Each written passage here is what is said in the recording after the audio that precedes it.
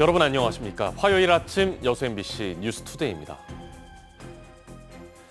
오는 6월 지방선거를 앞두고 민주당 소속 입지자들도 속속 예비 후보 등록을 마치고 선거운동에 들어가고 있는데요. 당이 강조하고 있는 정치 개혁과 쇄신의 의지를 보여주기 위해서라도 경선 방식의 변화가 필요하다는 목소리가 나오고 있습니다. 문형철 기자입니다. 어제 오후 6시를 기준으로 선관위에 등록된 전남 지역 예비 후보자는 모두 156명. 지난주부터 후보 검증이 시작된 민주당에서는 90여 명이 등록을 마쳤습니다. 본격적인 선거 국면에 접어들면서 가장 관심을 끄는 것 중에 하나는 민주당의 경선 방식인데 광역 기초의원 후보군을 중심으로 변화를 요구하는 목소리가 이어지고 있습니다. 지난 지방선거에서 민주당이 도의원과 시군 의원 후보를 선정한 방식은 이른바 당원 경선. 권리당원 투표 결과만을 100% 반영했습니다.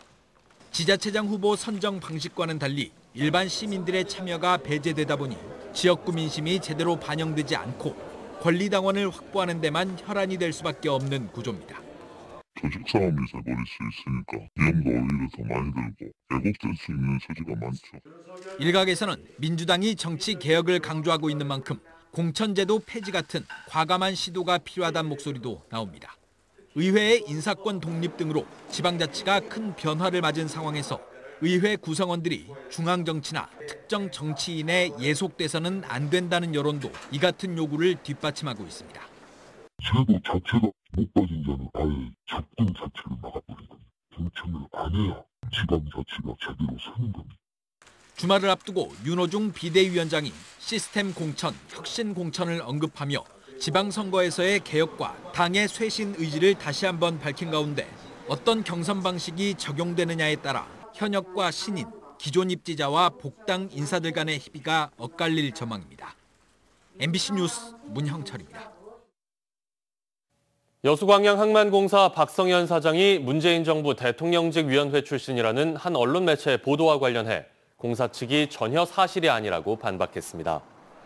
여수광양항만공사는 최근 한 언론 매체를 통해 박성현 사장이 문재인 정부의 대통령직위원회 출신이라는 보도에 대해 지난 2011년 미래기획위원회 국가재정운용 SOC 해양항만 분야 보고서 작성과 자문 역할을 한 이력이 잘못 확인돼 보도된 것이라고 해명했습니다. 특히 박 사장은 지난 2017년부터 2021년 10월까지 목포 해양대 총장을 역임하면서 특정 정당에 가입한 사실이 없고 어떤 정치적 활동을 한 사실이 없다고 덧붙였습니다.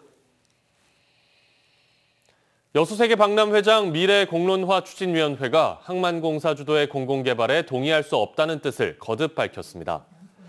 공론화 추진위원회는 최근 박람회장 공공개발과 관련해 박람회장의 미래를 결정하는 것은 시민 전체 의견을 물어야 할 중차대한 문제라며 지역 정치권과 시민연대도 수기 공론화 과정에 참여할 것을 촉구했습니다.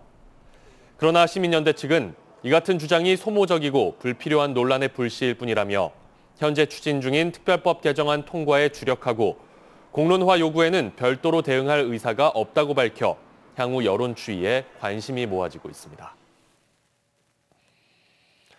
코로나19 확진자나 격리자들을 지원하기 위해 정부에서 일정 금액의 생활지원금을 지급하고 있는데요. 최근 확진자 급증으로 지원금 신청이 크게 늘면서 여러 어려움을 겪고 있습니다. 송정근 기자입니다. 광주의 한 행정복지센터. 사무실 한켠에 민원을 해결하려는 시민들이 모여 있습니다. 코로나 확진이나 격리 치료를 받은 시민들이 생활지원금을 신청하기 위해 줄을 서 있는 겁니다. 공지서 오신 거 보여주세요. 어머니 사제보험 가입 안 되어 있으시고 이거 작성해 주시면 되세요. 코로나 확산으로 인해 생활지원금 신청이 급증하고 있습니다. 광주의 경우 지난해 말까지 누적 확진자가 8천여 명 정도였지만 올해에만 벌써 25만여 명이 넘게 발생했습니다. 전남도도 올해 들어서만 23만 명이 넘는 시민이 확진되는 등 코로나 급증에 따른 행정기관의 생활지원금 업무가 가중되고 있습니다. 지금 저희가 2월 같은 경우에 한 60건 정도 들어왔었는데요. 지금 3월 들어와가지고 100건에서 150건 정도로 많이 늘었습니다. 정부가 지원금 규모를 확진자 한 명당 애초 24만 원에서 10만 원으로 절반 넘게 줄였지만 예산은 눈덩이처럼 불어나고 있습니다. 광주시는 올해 예산 36억 원을 세웠지만 지난달 말에 이미 소진했고 전남도도 올해 예산 32억 원가량을 벌써 모두 사용했습니다. 추경을 통해 광주시와 전남도는 각각 326억과 255억을 확보했지만 정부와 자치단체가 각각 절반씩 재원을 마련하는 생활지원금 특성상 광주시와 전남도도 국비에 상응하는 예산을 마련해야 합니다. 재정 자립도가 낮은 광주시와 전남도에게는 부담이 될 수밖에 없는 상황입니다. 전국 도지사들은 국고 지원 비율을 늘려달라고 정부와 국회에 건의하고 나섰습니다. 그 시도에 이제 그 재정 부담이 많이 되고 있습니다. 그래서 생활지원비 지원 기준을 현재 국비 50대, 지방비 50%를 국비 80%까지. 확진자와 격리자의 수익 감소를 보존해준다는 취지로 시작한 생활지원금. 심사 절차도 오래 걸려 보통 지급하기까지 한 달가량을 기다려야 하고 지방자치단체의 부담도 커지는 상황이어서 지원 방식 등을 재점검해야 한다는 목소리가 커지고 있습니다. MBC 뉴스 송정근입니다. 광양시가 지역 임신부들에게 신속 항원 검사 키트를 무상으로 제공합니다. 광양시는 이달 들어 관내 어린이집과 노인복지시설 이용자들을 대상으로 신속 항원 검사 키트 2만 300여 개를 배부한 데 이어 관내 임신부들에게도 순차적으로 1인당 10개씩 1만 1,000여 개를 지급할 예정입니다. 시는 이번 신속 항원 검사 키트 무상 지급으로 오미크론 확산세 속에서 태아의 건강과 직결된 임신부의 건강을 보호하고 감염 취약계층의 안전을 지키는 데 도움이 될 수 있을 것으로 기대하고 있습니다. 신속 항원 검사나 PCR 검사를 꺼리는 이른바 샤이 오미크론 환자가 늘고 있습니다. 확진 판정에 따르는 득보다 실이 더 크다고 판단하는 건데요. 이런 환자들로 인해 코로나 감소세가 더 늦어질 우려가 커지고 있습니다. 이다현 기자의 보도입니다. 코로나19 신규 확진자가 연일 우후죽순 쏟아지는 요즘 시민들은 오미크론의 존재에 전보다 무뎌졌습니다. 친구들도 주변에 많이 걸려가지고 지금 그냥 감기처럼 생각하고 있거든요. 그래가지고 그냥 체념하고 있어요. 오미크론이 흔해진 만큼 자가진단에서 양성이 나와도 병원이나 보건소에 가지 않는 이른바 샤이 오미크론 환자가 늘고 있습니다. 확진 판정을 받는다고 해도 보건당국의 체계적인 관리를 받을 수 없는 데다 경우에 따라선 생계를 잠시 멈추는 등 손해만 난다고 보기 때문입니다. 손해보는 것 같다고 생각하고 대책이 잘 안 잡혀 있다고 생각해가지고 그러니까 약간 방치해놓은 느낌이에요 지금. 회사 출근도 이제 제대로 안 되고 관리도 안 되는데.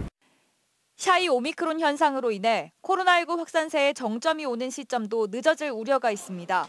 광주와 전남 지역에선 지난 14일부터 6일 동안 신규 확진자 수가 2만 명대를 기록하다가 1만 명대로 줄었는데 이런 감소세도 지속될 수 있을지 속단하기 어렵습니다. 스스로 증상을 숨기고 쉬쉬하는 경우다 보니 그 규모를 파악할 수도 없는 상황. 불안한 것도 많이 있죠. 어찌 보면 제가 옆에 있다가 이제 걸릴 수도 있는 거니까. 오미크론 변이의 하위 계통인 일명 스텔스 오미크론도 변수입니다.